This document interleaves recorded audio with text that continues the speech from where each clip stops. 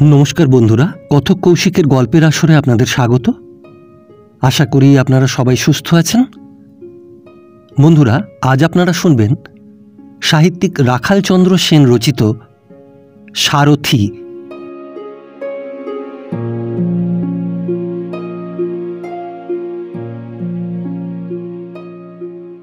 सृष्टिधर माझिर तीन पुरुषेर खबर जाना जाय। तादेर कारो जीवन निज गृहे रोगशय्याय शेष हयनि। प्रपितामह उमानाथेर मृत्यु हयेछिल पद्मार बुके जलदस्युर हाथे, पितामह दशरथेर मेघनाय नौकाडुबिते एवं पिता अभयचरणेर निज नौकाय सर्पदंशने। सृष्टिधरও प्राय 40 बछर अब्दि माझिर काज करेछिल। तारपर तार शरीर भेंगे गेल ম্যালেরিয়ায়। से व्यवसा छेड़े सঞ্চিত किछु अर्थ निये महाजनी करते आरम्भ करल। किन्तु व्यवसा छाड़बार आगे थेकेई तार मने विशेष सुख छिलो ना। एखनकार लोके नौकाय यातायातेर सुख बोझे ना। तारा स्टीमारेई होक बा डाक बा गहनार नौकाय होक, ताड़ाताड़ीते गंतव्यस्थले पौंछते पारलेई सुखी। पौंछानोटाई जेन सब, आर जावाटा किछु नय। कोथाय गेल सेई आगेर कालेर यात्री सब? तारा माझिके चाकरेर मतो देखतो ना। द्विप्रहरे कोनो बाजारेर काछे गाछेर छायाय नौको लागातो। यात्रीदेर कर्ता बाजार करे आनतेन। माझिदेर खाबारও तादेर संगेई आसतो। तारपर सेई गाछेर छायाय रान्ना बान्ना हतो। ग्रामेर लोक आलाप करते आसतो। अपराह्ने किछुक्षण विश्रामेर पर आबार नौका चलतो। एमनि करे आजकालकार 3 दंडेर पथे सारा दिन काटिये यात्रा शेष होले कर्तारा खुशी हये जा दितेन, माझिदेर ताते कखनो असंतुष्ट होते हयनि। एखन आर सेदिन नेই। नौका भाड़ा कड़ाय गंडाय ठीक करे तबे यात्री नौकाते पा देয়। चुक्ति अनुयायी समयेर मধ্যে ना पौঁছে दिते पारले आबार ता थेके काटा যায়। यात्रीदेर जा व्यवहार आगेर कालेर लोके चाकरेर संगेও सेरूप करतो ना। तखनकार काले पाल तुले बसले कर्तादेर संगे सुख दुःखेर देश विदेशेर गल्प हतो। कोनो माझी पाঁচালি पड़तो, केउ बा गान करतो। किन्तु सेदिन आर नेই। सुतरां व्यवसा छाड़बार आगे थेकेई सृष्टिधरेर व्यवसाय आर मन छिलो ना। किन्तु तबु जखन बर्षाय तादेर ग्रामेर नागर नदी दुकुल छापिये शीतलतला अब्दि आसतो, जखन बातासे आसतो नतून धान ओ पाटेर गन्ध, तखन एकटा अनिर्दिष्ट चांचल्य सृष्टिधरेर मेजाज खाराप करे दित। रात्रिते भालो घुम हतो ना। सृष्टिधरेर स्त्री इच्छामयी भय भय थाकतो एवं प्रतिवेशिनीदेर काछे बोलतो जे बर्षाय तार कर्तार शरीर एकेबारेई भालो थाके ना। सृष्टिधर बुझेछिल दिनकाल बदलेছে, ताई तार एकमात्र पुत्र शंकरके लेखापड़ा शेखाबे ठीक करेछिल। शंकरेर पाठशालार पढ़ा शेष हये गेले सृष्टिधर एकदिन बड़ो स्कूलेर हेडमास्टारेर संगे देखा करते गेल। हेडमास्टार तखन लाइब्रेरीते छात्रदेर आवेदनपत्र देखछिलेन। ताके प्रगाढ़ एक प्रणाम करे सृष्टिधर निजेर आवेदनटी जानालो। किन्तु कथा तार जेन आर फुरोय ना। तार आवेदनटी जेन सृष्टि छाड़ा एवं तार जोन्नो जेन प्रभूत कैफियत देवा नितान्तई प्रयोजन। एकबार बोल्लो से निजे चोख थाकतेও अंध, ताई तार इच्छे तार छेलेटिर सेरूप ना हय। तारपर अन्य कथा पेड़े आबार बोल्लो जे तार छेले बाबुदेर छेलेर मतो चाकरी करबे ए आशा से करे ना। किछुदिन पड़लेई सृष्टिधर ग्रामेर बाजारे तार जोन्नो एकटी दोकान करे देबे। हेडमास्टार व्यस्त लोक, एत कथा शुनबार तार अवसर छिलो ना। एतक्षण निजेर काजे छिलेन बोले बाधा देननि।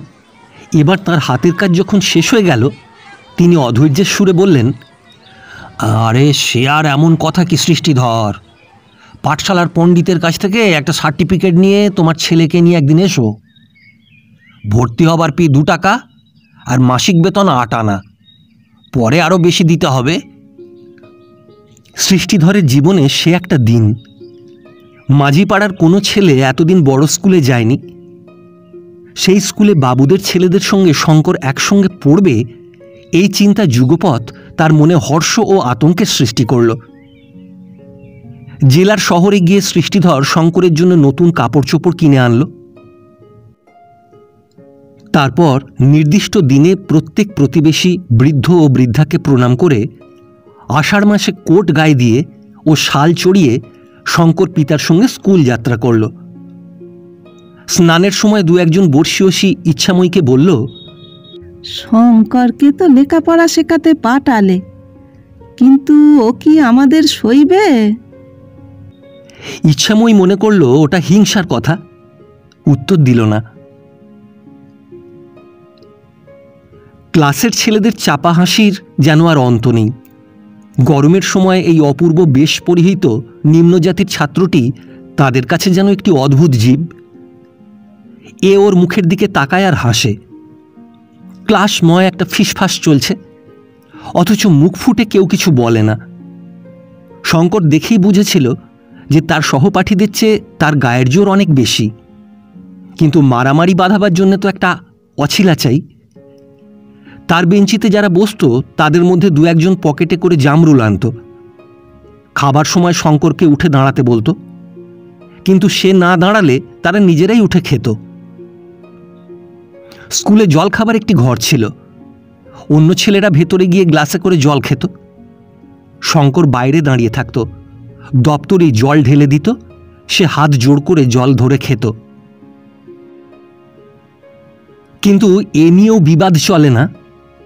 তার কাপড় চোপড় দেখে কোনো ছাত্র অপর ছাত্রকে বলতো, বড় শীত রে ভাই, নয় কি?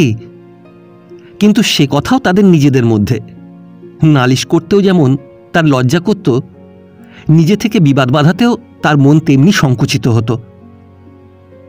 পাঠশালায় সকাল বিকাল স্কুল হতো। অন্যান্য নিম্নজাতির ছেলে ছিল, এত গোলমাল ছিল না। মাঝে মাঝে ইচ্ছাময়ীর কাছে সে বলতো স্কুলে তাকে কি সইতে হয়। ইচ্ছাময়ী প্রবোধ দিয়ে বলতো, ছোট বড় করা ভগবানের হাত, অদৃষ্ট নিয়ে কি ঝগড়া করা চলে? এ জন্মে ভালো হয়ে থাকলে আর এক জন্মে আমরাও বড় হব।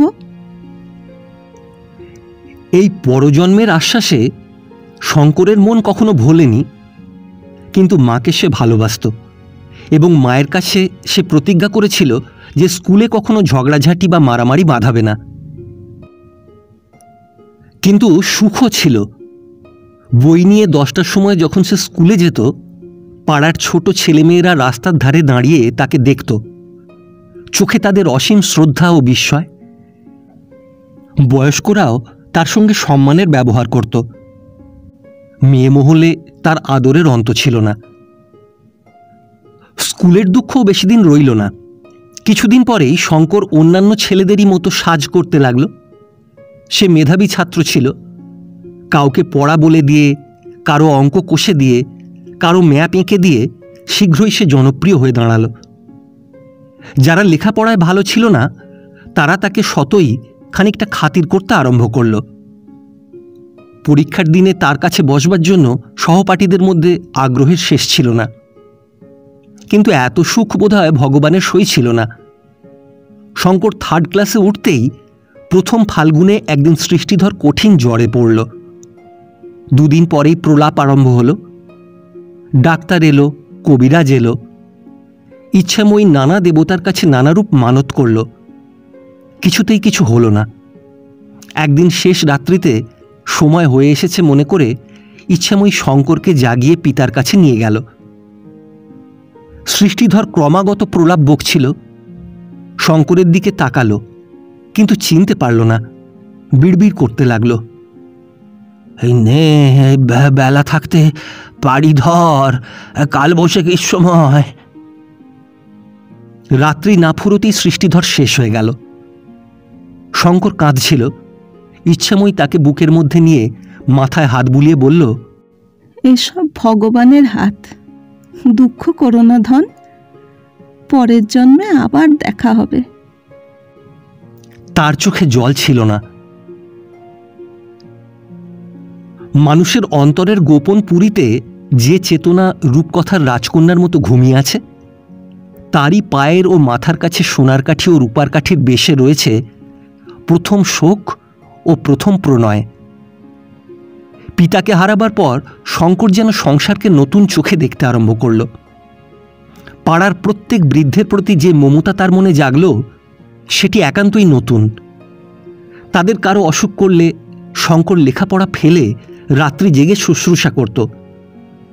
তার পিতার মতো কোনো বৃদ্ধকে পথে বা নদীর বুকে দেখলে একটা নিরুদ্ধ ব্যথায় তার বুক ভরে উঠত।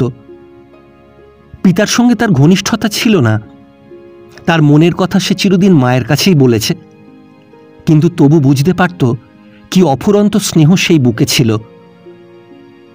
গভীর রাত্রিতে ঘুম ভেঙে গেলে কতদিনের কত খুঁটিনাটির কথা মনে পড়ে বালিশ ভেজাত। তার ছেলেবেলায় ইচ্ছাময়ী সৃষ্টিধরকে একটি বড় থালায় করে ভাত দিত। শঙ্কর সেই পাতেই খেতে বসত। সেই থালার একটি কোণে পিতা তাকে ভাত মেখে দিতেন। ডিম ভরা কইয়ের একটুখানি মুখে দিয়ে পিতা মাছটা তার দিকে সরিয়ে দিতেন। ইচ্ছাময়ী বলতো, ও কি, ওর জন্য তো দিয়েছি আর একটা। সৃষ্টিধর বলতো, কত খাবো আর, পেট ভীষণ ভরে গেছে। দুধের বাটি থেকে একটু দুধ ঢেলে নিয়ে সৃষ্টিধর তার নিজের দিকে ভাত মাখত। তারপর বাটি ভরা দুধ শঙ্করকে দিয়ে বলতো, এইটুকু এক চুমুকে খাও দেখিনি, কেমন পারো। একদিন শীতের রাত্রিতে সৃষ্টিধর তাকে নিজের কাছে শুতে নিয়ে গিয়েছে। রাত্রিতে আধঘুমন্ত অবস্থায় শঙ্কর অনুভব করেছে তার চারিদিকে লেপটি গুঁজে দিয়ে সৃষ্টিধর তামাক খেতে উঠে গেছে। কতদিন জ্বর এলে নিজের অনবসরের জন্য ইচ্ছাময়ী তাকে বাতাস দেবার জন্য বসিয়ে রেখে গেছে। একটু পরে সৃষ্টিধর বলেছে, এই তুই পড়াশুনো করগে যা, আমার বড় শীত করছে। সেদিন বোঝেনি এসবের অন্তরালে কি ছিল। এ সংসারে তা আর মিলবে না, কিন্তু সত্যই কি তা ফুরিয়ে গিয়েছে? না, ইচ্ছাময়ীর কথা সত্য, একদিন না একদিন আবার মিলবে। ইচ্ছাময়ী তার কাছেই শুতো।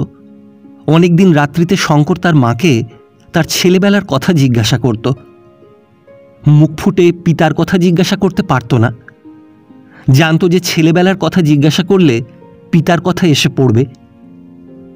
ইচ্ছাময়ী একদিন বলেছিল, তুইও ছেলেবেলায় তাকে খুব ভালোবাসতিস। যখন টাকা আদায়ের জন্য বেরোতেন, পথের ধার থেকে যতক্ষণ তাকে দেখা যায় দেখতিস। ফিরে এসে বুকে হাত দিয়ে বলতিস, মা, আমার প্রাণটা যেন পুড়ে যাচ্ছে। আমি হাসতাম আর বলতাম, কিরে, তোর প্রাণে আবার আগুন লাগালো কে? কিন্তু এ সংসারে আর কারো কাছে এ কথা সে পারত না। এ মর্মের কথা, মর্যাদা আর কেউ রাখতে পারবে না, এ জ্ঞান তার হয়েছিল। কারো কাছে তার পিতার কথা শুনে তার চোখ ছলছল করে ওঠেনি। সকলের অগোচরে শুধু মাতা পুত্রে ছিল এই বেদনামধুর গোপন জীবনটুকু। সৃষ্টিধর কিছু অর্থ রেখে গিয়েছিল, আর অনেক টাকা তার লাগানো ছিল। সংসারে অভাব ছিল না। শঙ্কর পড়তে লাগল। পরের বছর পুজোর সময় তার সহপাঠী বন্ধু অবনী চৌধুরীদের বাড়িতে যাত্রা। অবনীর সঙ্গে শঙ্করের খুব ভাব। অবনী লেখাপড়ায় মন্দ নয়, তাই শঙ্কর তার থেকে কত ভালো এটা সে বুঝতে পারত। অবনী রাস্তার কাছেই দাঁড়িয়েছিল। শঙ্কর যেতেই তাকে বসালো এবং নিজে তার কাছে বসল আসরের ঠিক সামনে। চারিদিকে পান সিগারেটের গন্ধ। যাত্রা তখন আরম্ভ হয়ে গিয়েছে। পালা মথুরেন্দ্র সংহার। কংস আসরে এসে তর্জন গর্জন করে সেনাপতিকে যারা হরিনাম করে তাদের ধ্বংস করতে আদেশ দিচ্ছেন। এত বড় বাড়িতে এরকম সভায় শঙ্কর কখনো আসেনি। প্রকাণ্ড শামিয়ানার নিচে অসংখ্য বাতির ঝাড় জ্বলছে। তাছাড়া স্থানে স্থানে গ্যাসের আলো। অভিনেতাদের সাজ অতি সুন্দর। রানীর পোশাক যেন হীরা জহরতে ঝলমল করছে। কখনো কংস আসছেন, কখনো বসুদেব, কখনো যশোদা ও নন্দ, কখনো রাধা ও অন্যান্য গোপীরা। কংসের অত্যাচার সইতে না পেরে মথুরাবাসীরা অক্রূরকে দূত করে পাঠিয়েছেন। অক্রূর বৃন্দাবনে আসছেন। এমন সময় কৃষ্ণ ও রাধার যমুনা পুলিনে সাক্ষাৎ। অন্যান্য সময় গান গেয়ে দিচ্ছিল মুক্তারের মতো কাপড় পরা কতগুলি গায়ক, কিন্তু কৃষ্ণ ও রাধা নিজেরাই গান করছিলেন। চমৎকার গলা। শঙ্কর তন্ময় হয়ে শুনছিল। এমনই সময় তারই কাছে একটা গোলমাল উঠল। তাদেরই অনতি দূরে বসেছিলেন ভৈরব ভট্টাচার্য। সুপুরুষ, সুগৌর বলিষ্ঠ দেহ, গলায় রুদ্রাক্ষের মালা, কপালে রক্তচন্দনের ত্রিপুণ্ড রেখা, গায়ের রং যেন চাদর ফুটে বের হচ্ছে। তন্ত্রশাস্ত্রে অসীম পণ্ডিত ও অশূদ্র প্রতিগ্রাহী। অবনীরা তাঁর শিষ্য। অবনীকে ক্রমাগত শঙ্করের সঙ্গে কথা বলতে দেখে তাকে একবার ডেকে জিজ্ঞাসা করলেন, ও ছেলেটি কে? তোমার কে হয়? অবনী জিজ্ঞাসা করল, কোন ছেলেটি? ভৈরব বললেন, ওই যে তোমার কাছেই বসে রয়েছে, শ্যামবর্ণ, বড় বড় চোখ, যার সঙ্গে যাত্রা আরম্ভ হওয়া পর্যন্ত গল্প করছো। অবনী যেন একটু ভয় পেয়ে গেল। বলল, ও ও আমাদের ক্লাসের একটি ছেলে। নাম কি? এই শঙ্কর মাঝি। সৃষ্টিধর সেই যে 8 বছর মারা গেছে, সে ওরই বাবা। ভৈরব শেষ পর্যন্ত শুনলেন না, গর্জন করে উঠলেন। সভার যে অংশ ব্রাহ্মণদের জন্য নির্দিষ্ট, সেই অংশে হীন জাতি তাঁরই সঙ্গে একাসনে বসে আছে। উঠে দাঁড়ালেন। অবনীর পিতা নন্দ চৌধুরী ছুটে এলেন। রাধাকৃষ্ণের প্রণয়ালাপ থেমে গেল। শঙ্কর সব শুনছিল। নন্দ চৌধুরী তার কাছে এসে তাকে বললেন, এই তুমি আমার সঙ্গে এসো তো বাছা। অপমানে অভিমানে তখন শঙ্করের চোখ ফেটে জল আসছিল। কোনো রকমে নিজেকে সামলে বলল, চলুন। নন্দ তাকে সভার অন্য কোণে নিয়ে বসতে অনুরোধ করলেন। সেখানে আবার একটি গোলযোগের সূচনা করে সকলের দৃষ্টি আকর্ষণ করবার ইচ্ছা তার ছিল না। তাই শঙ্কর বসল। কিন্তু যে মুহূর্তে নন্দ সরে গেলেন, সেই মুহূর্তে সে উঠে সভা ত্যাগ করল। বড় বাড়ি, যে উঠোনে যাত্রা হচ্ছে তারই পরে একটি ফুলের বাগান। সেই বাগানের বেড়ার ধার দিয়ে অনেক লোক কেরোসিনের বাতি জ্বালিয়ে পান, বিড়ি ও সিগারেট বিক্রি করছে। যাত্রা আবার আরম্ভ হয়েছে। রাধাকৃষ্ণের কণ্ঠধ্বনি আসছে। রাধা গেয়ে বলছেন, তোমারই কারণে আমি পড়ি নীলাম্বরী। কৃষ্ণ গানে উত্তর দিচ্ছেন, আমিও সেই জন্যে রাধে পীতাম্বরধারী। আর কতকগুলি লোক ধুয়াটি গাইছে, পড়ে প্রণয় ফাঁদে প্রাণ যে কাঁদে, হায় পোড়া মন প্রবোধ মানে না। বাড়িতে ফিরে শঙ্কর এই ঘটনাটির কথা তার মাকে বলেনি। শঙ্করের বিশ্বাস ছিল যে এ বিষয়ে তার মা তার সঙ্গে একমত হবেন না, আর মুখে হলেও তার অন্তরের এই দারুণ জ্বালা বুঝতে পারবেন না। পরদিন যথাসময় সে স্কুলে গেল। অবনীও এলো। দুজনেই দুজনকে কিছুটা এড়িয়ে চলল। কিন্তু ছুটি হবার আগে অবনী তার কাছে এসে বলল, কাল একটু সকাল সকাল এসো ভাই, কতকগুলি ডিডাকশন আমি পারিনি, তোমার কাছে বুঝে নেব। শঙ্কর উত্তর দিল, বেশ। শঙ্কর মনে মনে অবনীকে কম দোষী করেনি। অবনী একবার প্রতিবাদ করেনি, একবার বলেনি যে সেই তাকে ওখানে নিয়ে বসিয়েছিল। সে চলে আসবার সময় তার সাথে আসেনি। তবু পরদিন কিছু আগেই স্কুলে এলো। অবনী এসেই শঙ্করের হাত ধরে বলল, এই আমার উপর সেদিন রাগ করনি তো ভাই? কাল সারাদিন লজ্জায় তোমার দিকে তাকাতে পারিনি। শঙ্কর আঁক কষবার খাতাখানি বের করতে করতে উত্তর দিল, তোমার আর দোষ কি? ব্যাপারটা যদি এইখানেই শেষ হতো তাহলে হয়তো শঙ্কর মনে আর কিছু রাখতে পারত না। কিন্তু অবনী ক্ষমা চেয়েছে নিজের জন্য। তার পিতা বা ভৈরব ভট্টাচার্য কোনো অন্যায় করেছেন, পাছে এই স্বীকার করা হয়ে থাকে, এজন্য অবনী আবার বলল, আর ওতে তোমাদেরও পাপ হয়। পাপ? বলে বিস্ফারিত নয়নে শঙ্কর অবনীর দিকে খানিকক্ষণ চেয়ে রইল। তারপর বলল, কই তোমার ডিডাকশন কই? মনের আধার মনেই রয়ে গেল। এ কথা কাউকে বলবার উপায় নেই।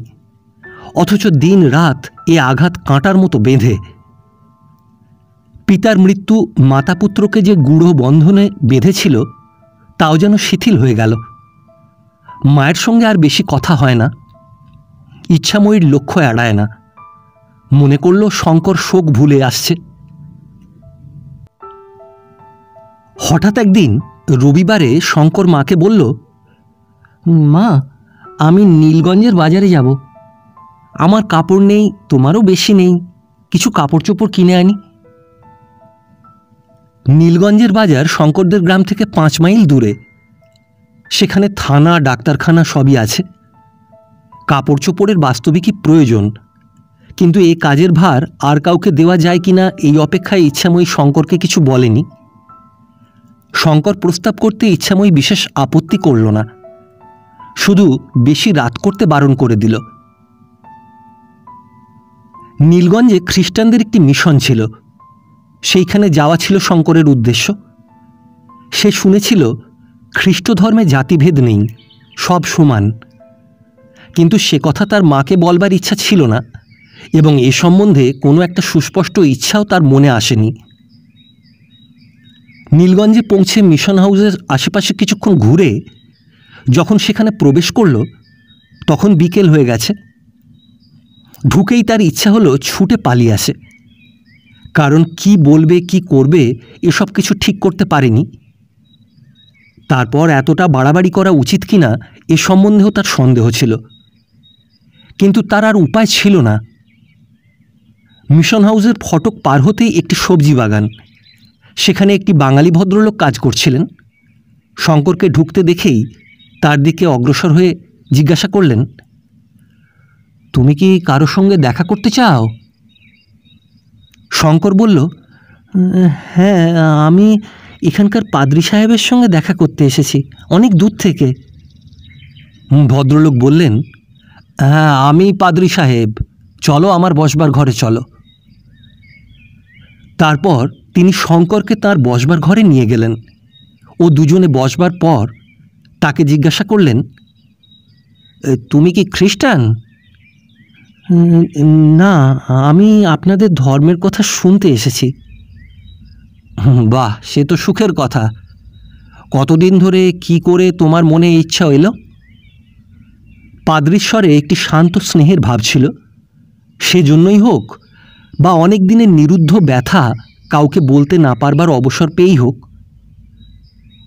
শঙ্কর ধীরে ধীরে সমস্ত কথা, তার প্রথম স্কুলে যাওয়ার পর থেকে সেই যাত্রা শোনবার রাত্রির কথা অবধি অনর্গল বলে গেল, কোনো কিছুই গোপন করল না। তারপর জিজ্ঞাসা করল, শুনেছি আপনাদের ধর্মে জাতিভেদ নেই, সে ধর্মে কি আমাদের আশ্রয় আছে? পাদ্রী কিছুক্ষণ চুপ করে রইলেন, তারপর বললেন, হ্যাঁ, তুমি ছেলে মানুষ, একটি আঘাত পেয়ে আমার কাছে এসেছ। তোমার আশা আমাদের ধর্মে এমন আঘাত নেই, কিন্তু অত্যাচার কোনো না কোনো রকম সব সমাজেই আছে। আর আমাদের ধর্ম তো শুধু জাত মানে না বলেই পৃথক ধর্ম নয়, তার মধ্যে আরও অনেক কথা আছে। তা তুমি কতদূর লেখাপড়া করেছ? শঙ্কর জানালো সে 2nd ক্লাসে পড়ে।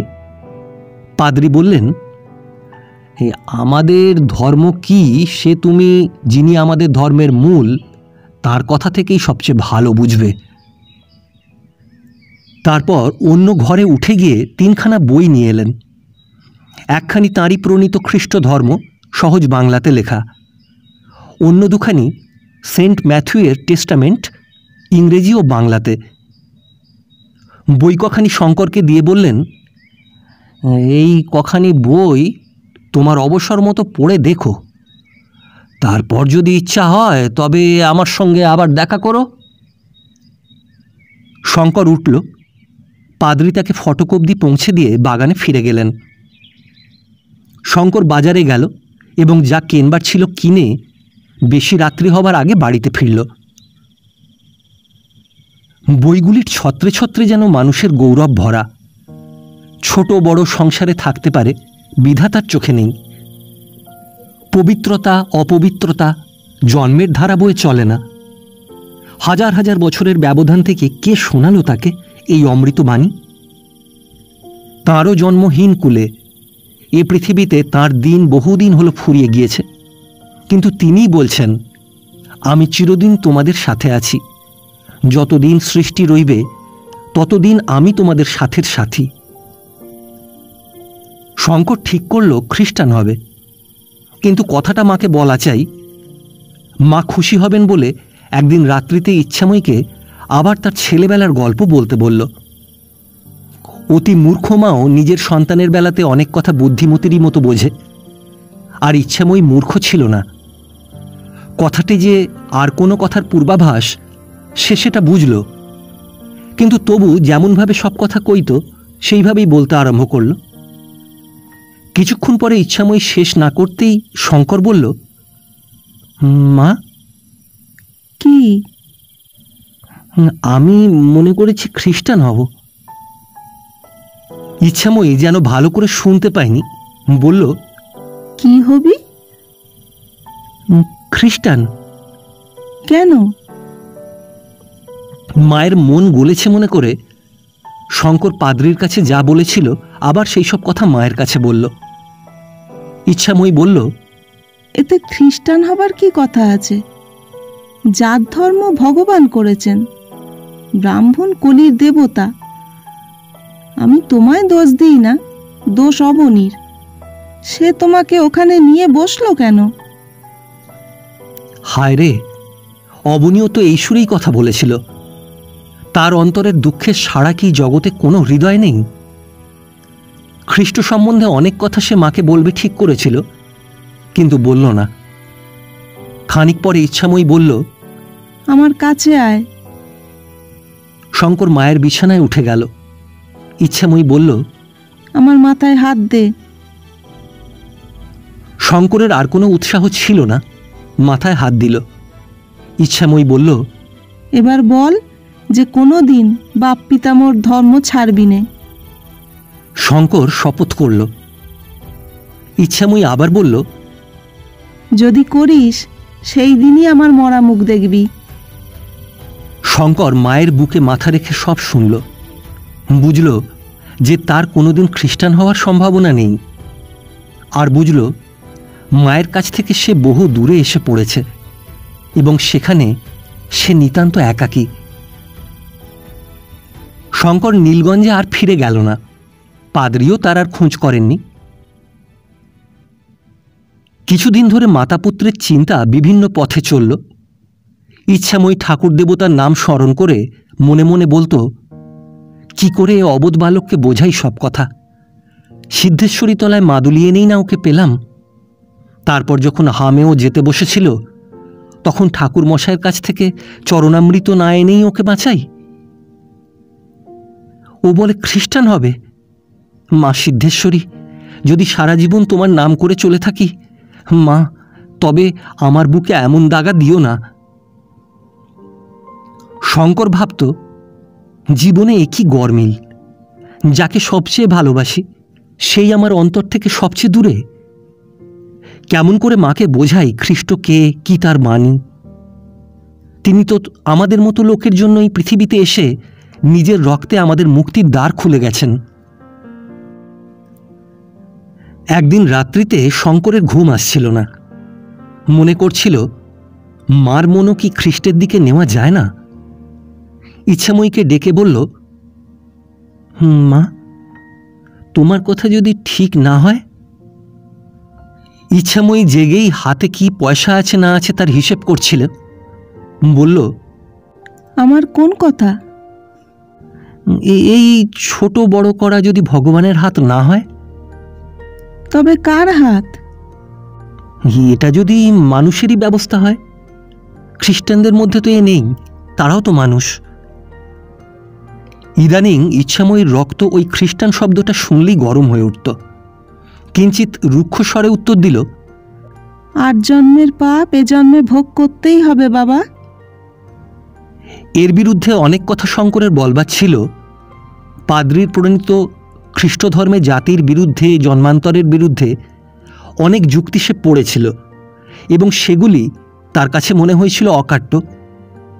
কিন্তু মাকে তার রাগাবার ইচ্ছা ছিল না, তাই কথাটা কিছু অন্যভাবে ঘুরিয়ে বলল, এই ধরো যদি তোমার পুণ্য বাবার চেয়ে বেশি হয়, কিংবা আমি যদি পাপ করি, তাহলে পরজন্মে আর কি করে আমাদের দেখা হবে?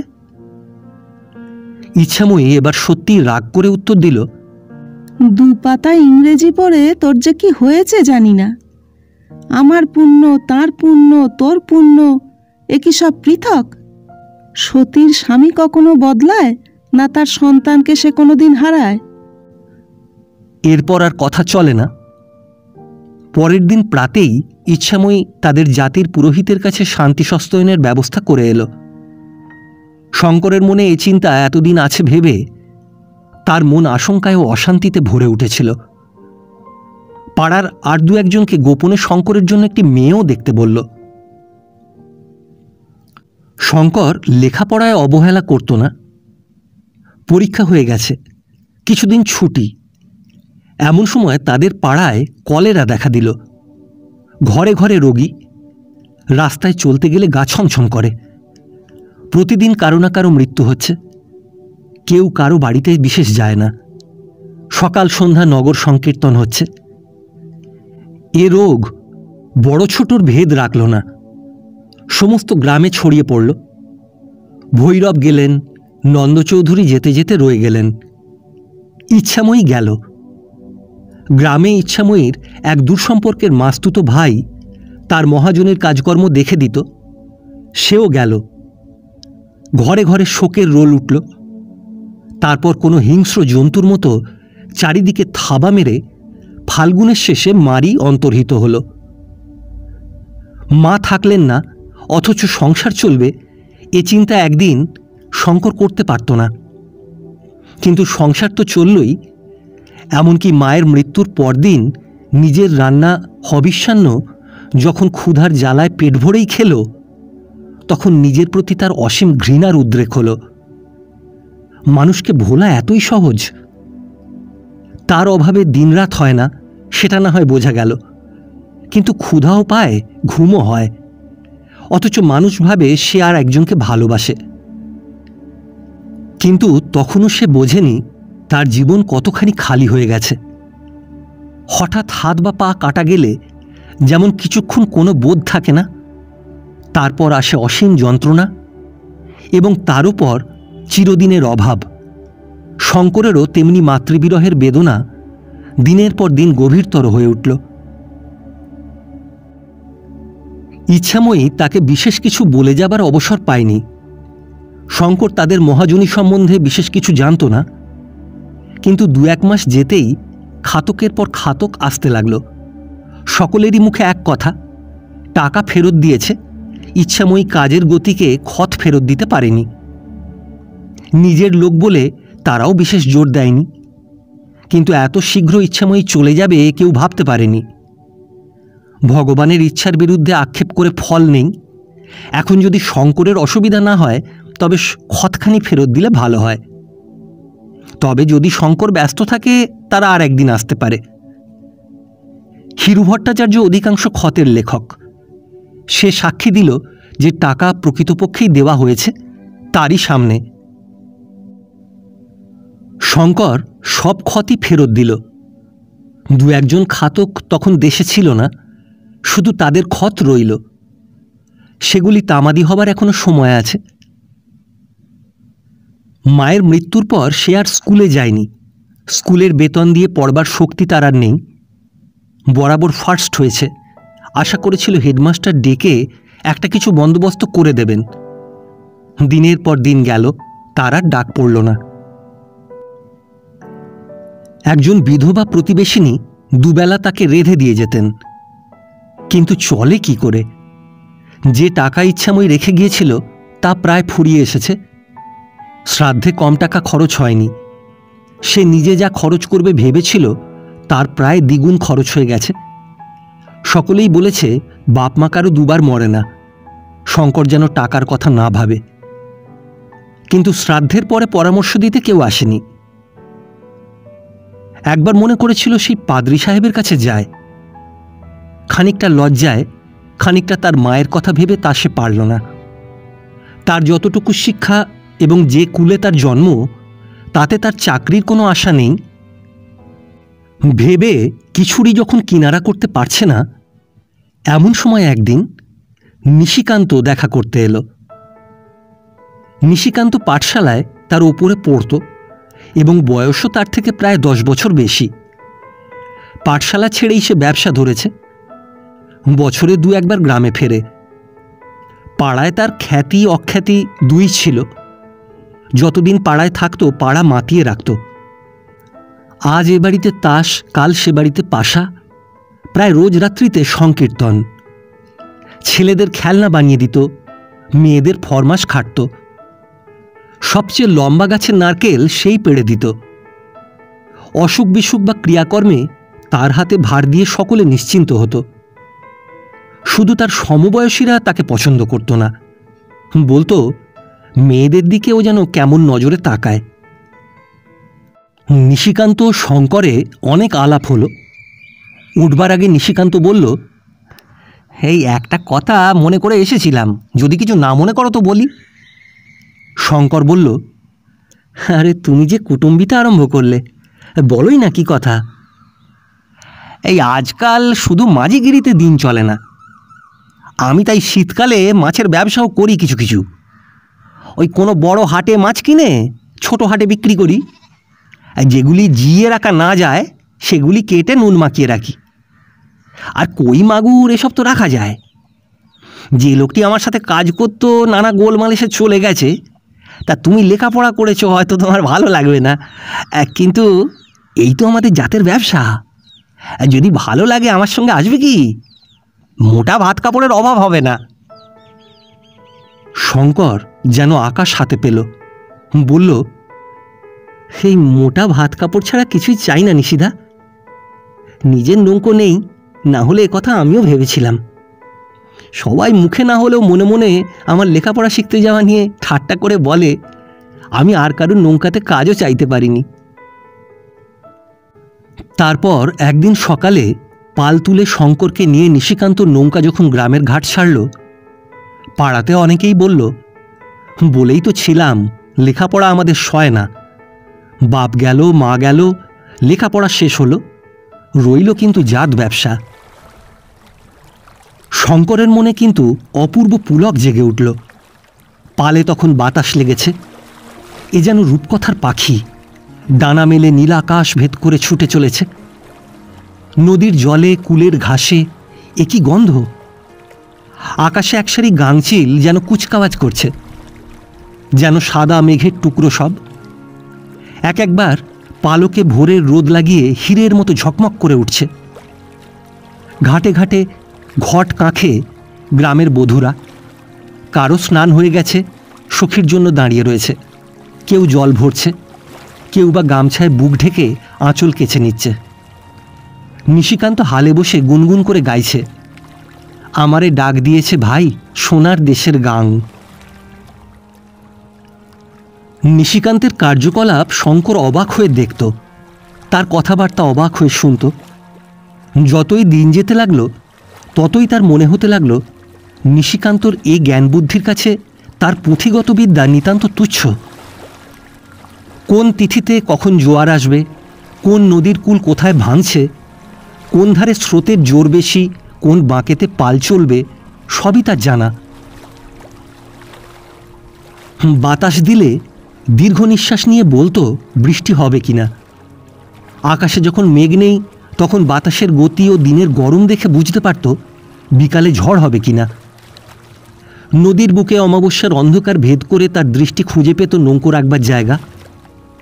শরীরে তার অসীম শক্তি, শঙ্করকে বেশি খাটতে দিত না। উজানে দাঁড় বাইত সেই, প্রয়োজন হলে গুণ টানত সেই। তারপর দিনের শেষে যখন রাঁধতে বসত তখন শঙ্কর বলতো, দাও না নিশিদা, আমি কিছু করি। নিশি হেসে বলতো, করবি রে, সবই করবি, দুদিন সবুর কর, আর কিছুদিন পরে তোর নিশিদা শুধু পায়ের ওপর পা দিয়ে শুয়ে থাকবে, আর তোকেই করতে হবে সব। খাটুনির জীবন আমাদের, দুদিন একটু আরামে রইলেই বা। শঙ্করের ওপর তার অসীম মমতা ছিল। সর্বদা এমনভাবে চলত যেন শঙ্করের উপযুক্ত কাজ এ নয়, এ কাজের কঠোরতা থেকে তাকে বাঁচানো চাই। অথচ তাকে শেখাতো সব। ঝড় এলে হাল ধরতে বলতো, ও নিজে কাছে বসে রইত। দরকার হলে দাঁড় দিয়ে কি করে হালের কাজ আর হাল দিয়ে দাঁড়ের কাজ করা যায় তাও দেখাতো। শঙ্কর জিজ্ঞাসা করত, এই তোমার মতো সব বিষয়ে পাকা কবে হতে পারবো নিশিদা? নিশিকান্ত উত্তর দিত, আরে পারবি পারবি, আগে রোদ লাগা। তবে দু একদিকে আমার মতো তোর পেকে কাজ নেই। শঙ্কর জিজ্ঞাসা করত, ব্যাপারটা কি? নিশিকান্ত চোখে মুখে এক অগাধ রহস্যের ভাব এনে মাথা নেড়ে জানাতো, এখনো বলবার সময় হয়নি। নিশিকান্তর সঙ্গে কাজ করেও সুখ ছিল। সর্বদা হাসি মুখ। দোষ কারো দিলে নিজের দোষই দিত। কখনো পাল তোলবার পর, কখনো বা দিনের শেষে ছুটি মিললে নৌকার উপর বসে হয় বাজাতো বাঁশি, না হয় তুলতো গান। মুগ্ধ হয়ে শঙ্কর শুনত। বাঁশি যেন কাঁদতে থাকত। শঙ্কর জিজ্ঞাসা করত, এটা কি বাজালে? নিশিকান্ত বলতো, মাথুর, না হয় মান, না হয় বিরহ।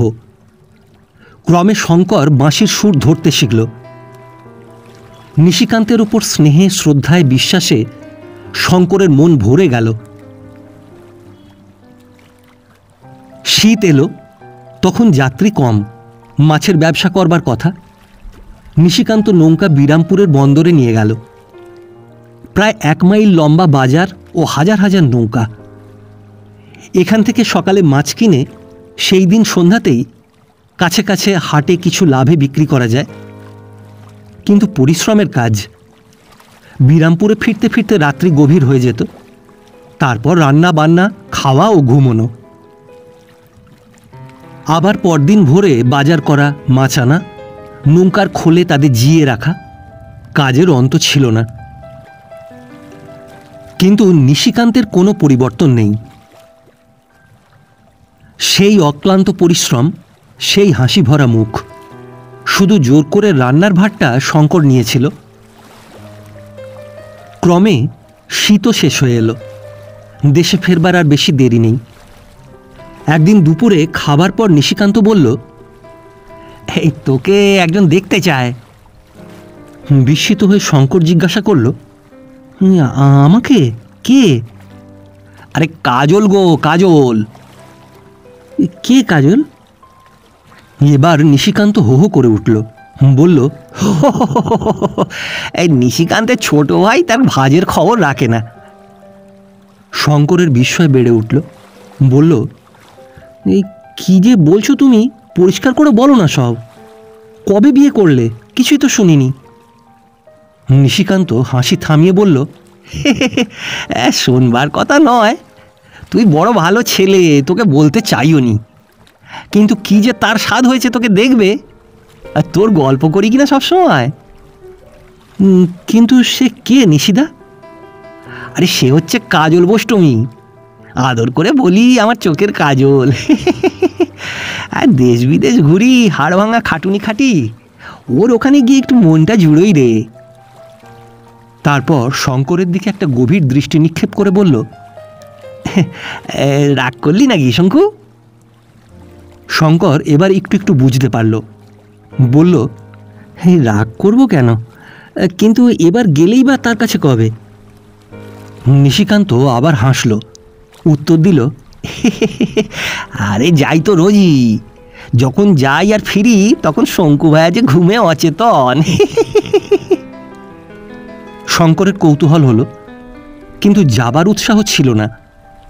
জিনিসটা তার বিশেষ ভালো লাগছিল না, তবে আপত্তিও করল না বিশেষ। নিশিকান্ত যাই করুক তার তুলনা জগতে নেই, আর তার সাথেই তো যাচ্ছে। বন্দর ছেড়ে গ্রাম, সেই গ্রামের কোণে একখানি মাত্র ঘরে কাজল থাকে। চারিদিকে বেড়া, পরিষ্কার পরিচ্ছন্ন, উঠোনে শুকনো পাতাটি নেই। এক কোণে একটি তুলসী মঞ্চ, তারই পেছনে লাউয়ের মাচা, আর এক কোণে একটি কুয়ো। বারান্দায় দুখানা ছোট চৌকি, অন্যদিকে একটি মাদুরে বসে কাজল ডাল বাচ্ছিল। তখন সন্ধ্যা প্রায় হয়ে এসেছে। বাড়িতে ঢুকেই নিশিকান্ত উচ্চকণ্ঠে বলল, এই যে এনেছি আজ কাজল, নয়ন ভরে দেখো এবার, এমন ভালো ছেলেটি আর পাবে না। কাজল উঠে দুজনকে বসতে দিল। শ্যামাঙ্গী, ঈষৎ স্থূল কিন্তু রিজু দেহা, এলাইত চুল পিঠ ছেয়ে পড়েছে, হাতে কগাছি সোনার চুড়ি, কপালে চন্দনের রেখা। কথা বেশিরভাগ নিশিকান্তই বলল। অনাত্মীয়া স্ত্রীলোকের সঙ্গে শঙ্করের পরিচয় এই প্রথম। সে খানিকক্ষণ মাথা উঁচু করে কথাই বলতে পারল না, বিশেষত যখন জানত নিশিকান্তের সঙ্গে এই রমণীর কি সম্বন্ধ। কাজলের মধ্যে লজ্জার আড়ষ্টতা ছিল না, লজ্জা ভাঙার চাঞ্চল্যও ছিল না। যেটুকু কথা বলল সে শঙ্করেরই সঙ্গে, এবং সে কথার মধ্যে কোনো বিশেষত্ব নেই। সেদিন সকালে নিজেদের প্রয়োজনের কয়েকটা জিনিস কেনা হয়নি। নিশিকান্ত শঙ্করকে রেখে সেগুলি কিনতে গেল এবং বলে গেল এখানে ফিরে শঙ্করকে নিয়ে যাবে। শঙ্করের ইচ্ছা ছিল সঙ্গে যায়, কিন্তু কাজলের সামনেই কথা বলতে কেমন বেঁধে গেল। নিশিকান্ত যাবার সময় আবার রসিকতা করে বলে গেল, কাজল, ও কিন্তু খুব ভালো ছেলে। নিশিকান্ত চলে গেলে কাজল ঘরের পিলসুত জ্বালালো, আর একটি প্রদীপ জ্বালিয়ে আঁচলে ঢেকে তুলসী মঞ্চে রেখে দিয়ে এলো। তারপর ফিরে এসে বলল, এবার ঘরে চলো, বাইরে বড় ঠান্ডা। শঙ্কর বলল, এই কাদা পায়ে ঘরে যাব? ওই জল পেলে ধুয়ে নিতুম। ঘরের ভেতর থেকে কাজল ঘটি ভরে জল আনল। তারপর শঙ্করকে তার চৌকিটি বারান্দার প্রান্তে নিয়ে যেতে বলল। শঙ্কর জল নিতে হাত বাড়ালো, কিন্তু কিছু বলতে পারবার আগেই নিজের হাতে জল ঢেলে কাজল পরিষ্কার করে শঙ্করের পা ধুইয়ে দিল। তারপর হাতের গামছা দিয়ে মুছিয়ে দিল। ঘরের বেড়ায় রাধাকৃষ্ণের নানারূপ যুগল মূর্তির ছবি, সন্ন্যাসীর বেশে চৈতন্যদেবের ছবিও একটা ছিল। এক কোণে একখানা খাট, পরিষ্কার বিছানা ও রঙিন মশারি, আর একদিকে একটি আলনায় ভাঁজ করা কয়েকখানা শাড়ি রয়েছে। ঘরের মেঝেতে নানারূপ তৈজসপত্র।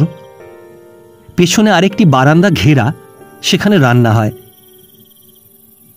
কাজল বারান্দা থেকে মাদুর এনে ভেতরে পেতে দিল।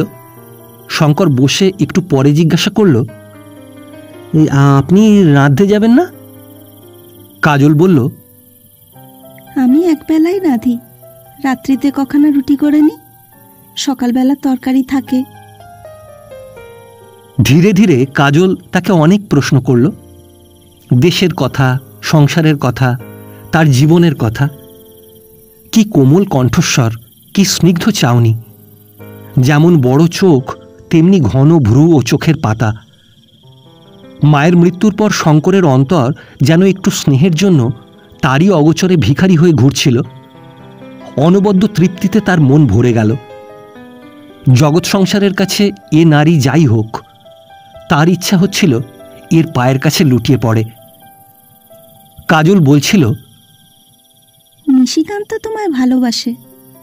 পৃথিবীতে ও যে কাউকে এমন করে ভালোবাসতে পারে আমার মনে হয়নি, তাই তোমায় দেখতে বড় ইচ্ছে হয়েছিল। শঙ্করের ইচ্ছা হলো জিজ্ঞাসা করে, তাই যদি হয় তবে এখানে আসে কেন? কিন্তু লজ্জায় তা পারল না।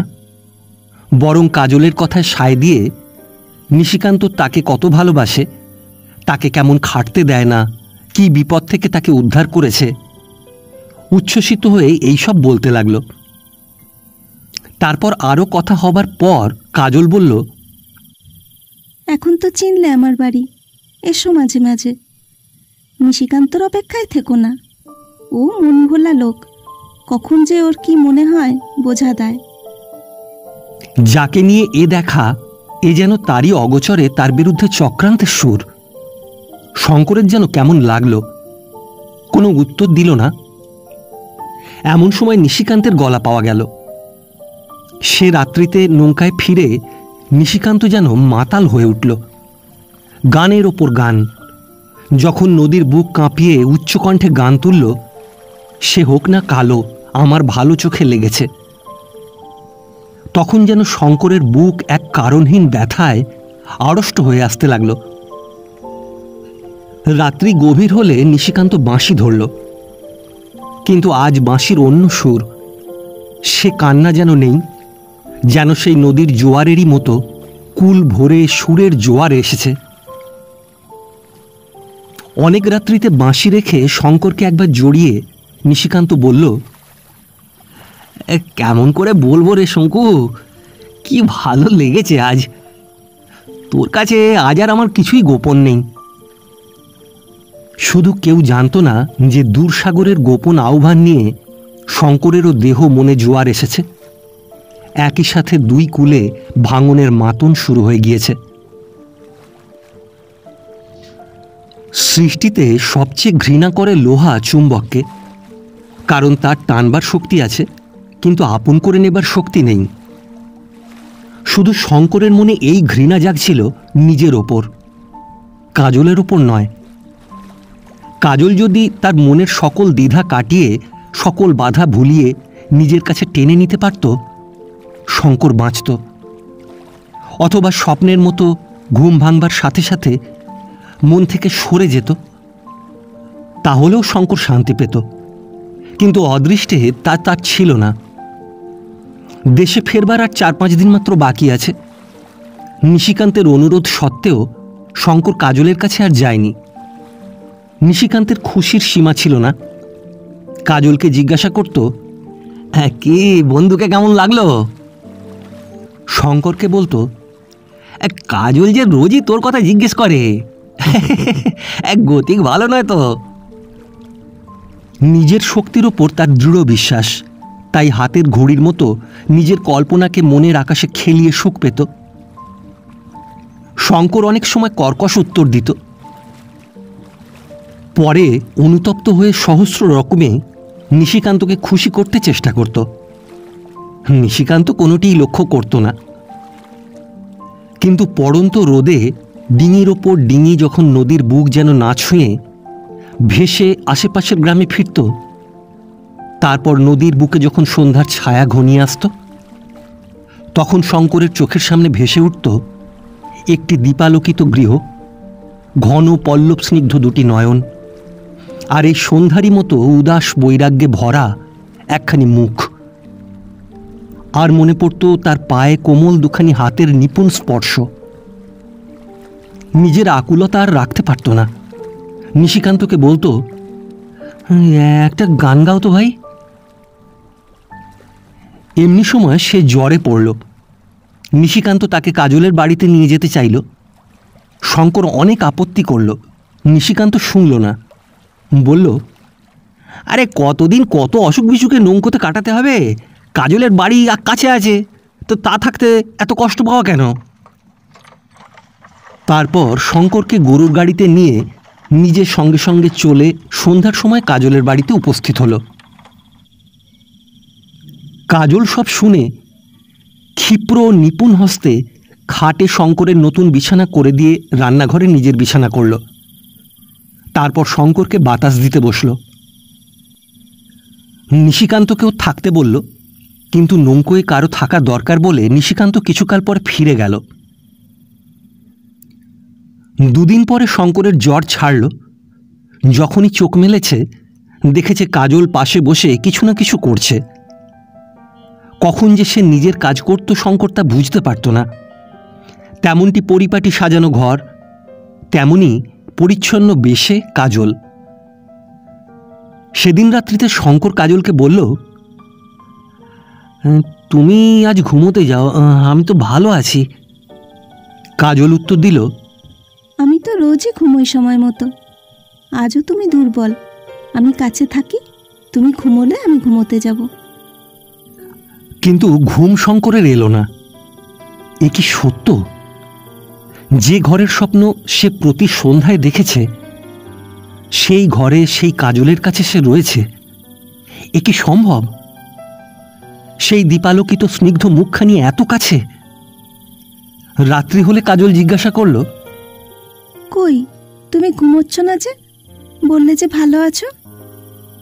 হ্যাঁ, এই যে এবার ঘুমোই বলে শঙ্কর চোখ বুঝল। তন্দ্রাও এলো। যখন জাগলো তখন কত রাত্রি জানে না।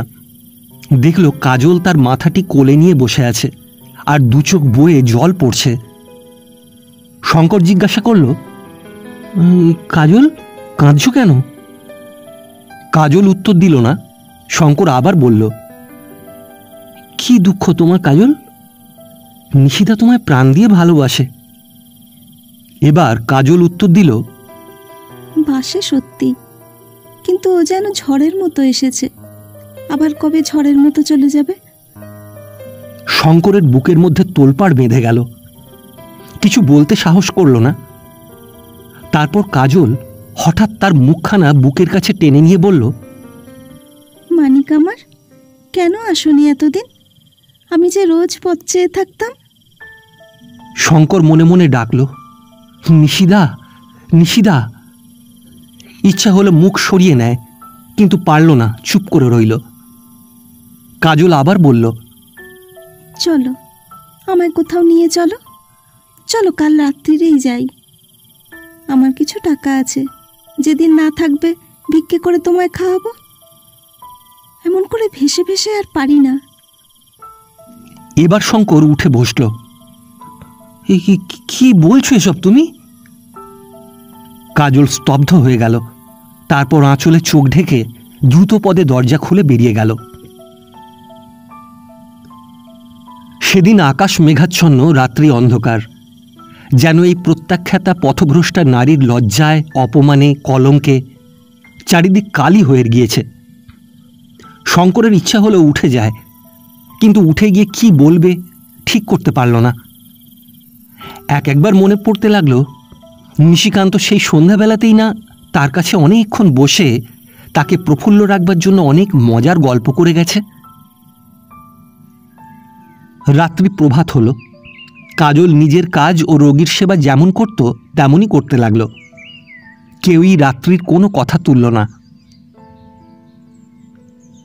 সেদিন বেলা হলে নিশিকান্ত যখন এলো, শঙ্কর তাকে বলল সে ভালো হয়ে গেছে, সেই দিনই ভাত খাবে এবং সেই দিনই নৌকায় ফিরতে চায়। নিশিকান্তের ইচ্ছা ছিল শঙ্কর আর একদিন কাজলের কাছে থাকে, কিন্তু দেশে ফেরবার আর দুদিন মাত্র বাকি, তাই বিশেষ আপত্তি করল না। সেও দ্বীপ্রহরে কাজলের কাছে খেল। কিছু পরে শঙ্করকে বলল, তুই এবার এগো শঙ্কু, আস্তে হাঁটবি তো, আমি পথে ধরে নেব। এবার নিশিকান্তের যাবার পালা। উঠবার বেলায় একখানা 10 টাকার নোট কাজলের হাতে গুঁজে দিয়ে বলল, এই শঙ্কুকে রাখবার খরচপত্র। সে শেষ না করতেই কাজল নোট ফিরিয়ে দিয়ে বলল, কোনো দরকার নেই, বিশেষ কিছু খরচ হয়নি। নিশিকান্ত বিদ্রুপ করে বলল, আরে কি কাজল বিবির টাকায় অরুচি হলো কবে থেকে? রুচি অরুচি কি বোঝো তুমি?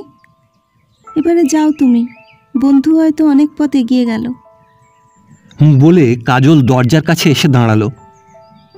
নিশিকান্ত তাকে বুকের উপর টেনে নিয়ে গাইল, লোহারি বাঁধনে বেঁধেছ কাজল, দাসকত লিখে দিয়েছি হায়। তারপর একবার প্রাণখোলা হাসি হেসে নিজের পথ ধরল। বিদায়ের বেলা কাজল কিছুক্ষণ দরজার কাছে দাঁড়িয়ে থাকত, কিন্তু এবার ফিরে দেখল কাজল সেখানে নেই। উচ্চৈস্বরে নিশিকান্ত বলল, এই সাবধানে থেকো কাজল, পারি যদি তো বর্ষাকালে হয়ে যাব। শঙ্কর ও নিশিকান্ত দেশে ফিরে কয়েক মাস কেটেছে। বর্ষা আসবার আর বেশি দেরি নেই। দু একটি প্রয়োজনীয় জিনিস আগে থেকেই কিনে রাখতে হবে। এসব নিয়ে পরামর্শ করতে শঙ্করের বাড়িতে এসে নিশিকান্ত দেখে শঙ্কর ঘরের মধ্যে মন দিয়ে বই পড়ছে। নিশিকান্ত জিজ্ঞাসা করল, কি বই ও?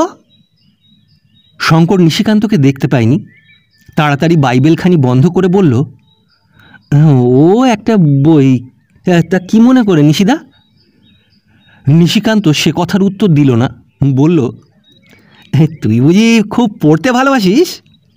আচ্ছা, বিদ্যাসুন্দর আছে তোর কাছে?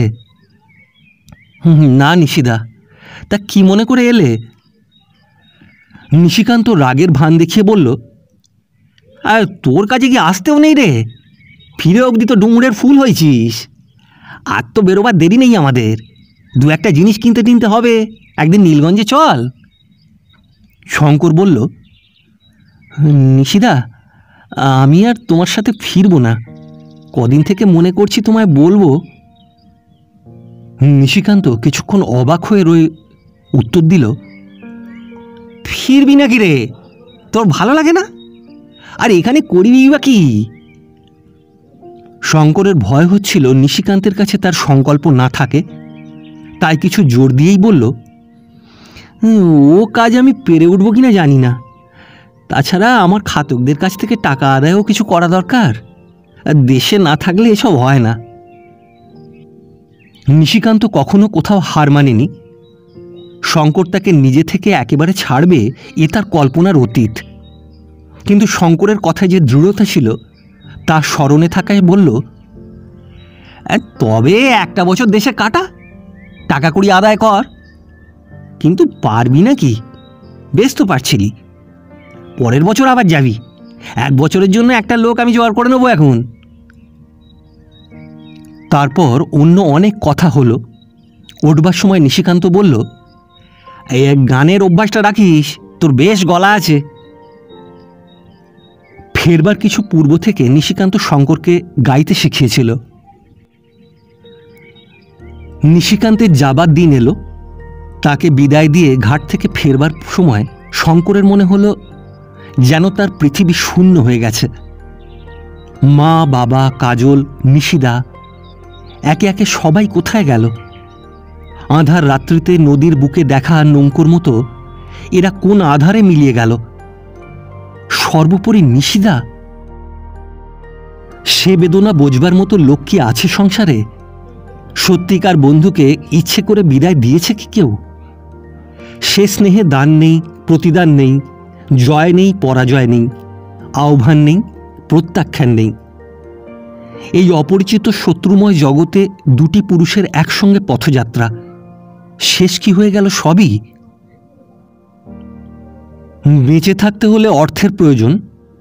ক্ষত ফিরিয়ে দেবার পর যে কয়েকটি ক্ষতক বাকি ছিল, শঙ্কর তাদের বাড়িতে যেতে আরম্ভ করল। বেশি দেনা মৃত্যুঞ্জয় মণ্ডলের। মৃত্যুঞ্জয় শঙ্করকে দেখে আদর আপ্যায়ন করল এবং টাকার কথা তুলতেই বলল, ও সম্বন্ধে উমেশ জানে, সে মাসখানেক পরে ফিরবে। আর মনে হয় যেন একবার বলেছিল যে প্রায় সমস্ত টাকাটা তোমার মাকে দেওয়া হয়েছে। শঙ্কর এখন এসব কিছু কিছু বুঝত। বলল, কিন্তু ক্ষতের পিঠে তো কোনো উসুল নেই। মৃত্যুঞ্জয় হেসে উত্তর দিল, আর তোমরা বাবা একালের ছেলে, সব কাগজে কলমে চাই। আমরা পরস্পরকে কত বিশ্বাস করতাম, কতবার বিনা ক্ষতে তোমার বাবার কাছ থেকে টাকা নিয়েছি, তারপর শোধ শুদ্ধ ফেরত দিয়েছি, কিন্তু সেদিন কি আর আছে? শঙ্করের বেড়ানো হতে লাগলো বটে, কিন্তু টাকা ঘরে এলো না। সৃষ্টিধর এসব জানত, তাই উচ্চ সুদে ছাড়া টাকা দিত না। তার কিছু লাভ হয়ে গেলেই বাকি টাকার জন্য পিড়াপিড়ি করত না। কিন্তু এসব ক্ষত তার মৃত্যুর কিছু পূর্বে নেওয়া। সুদ ও তামাদি বাঁচাবার জন্য 2-1 টাকা ছাড়া নেওয়া হয়নি। কয়েকদিন পরে একদিন দ্বিপ্রহরে ফিরে এসে শঙ্কর দেখে তার জন্য রান্নাবান্না কিছুই হয়নি।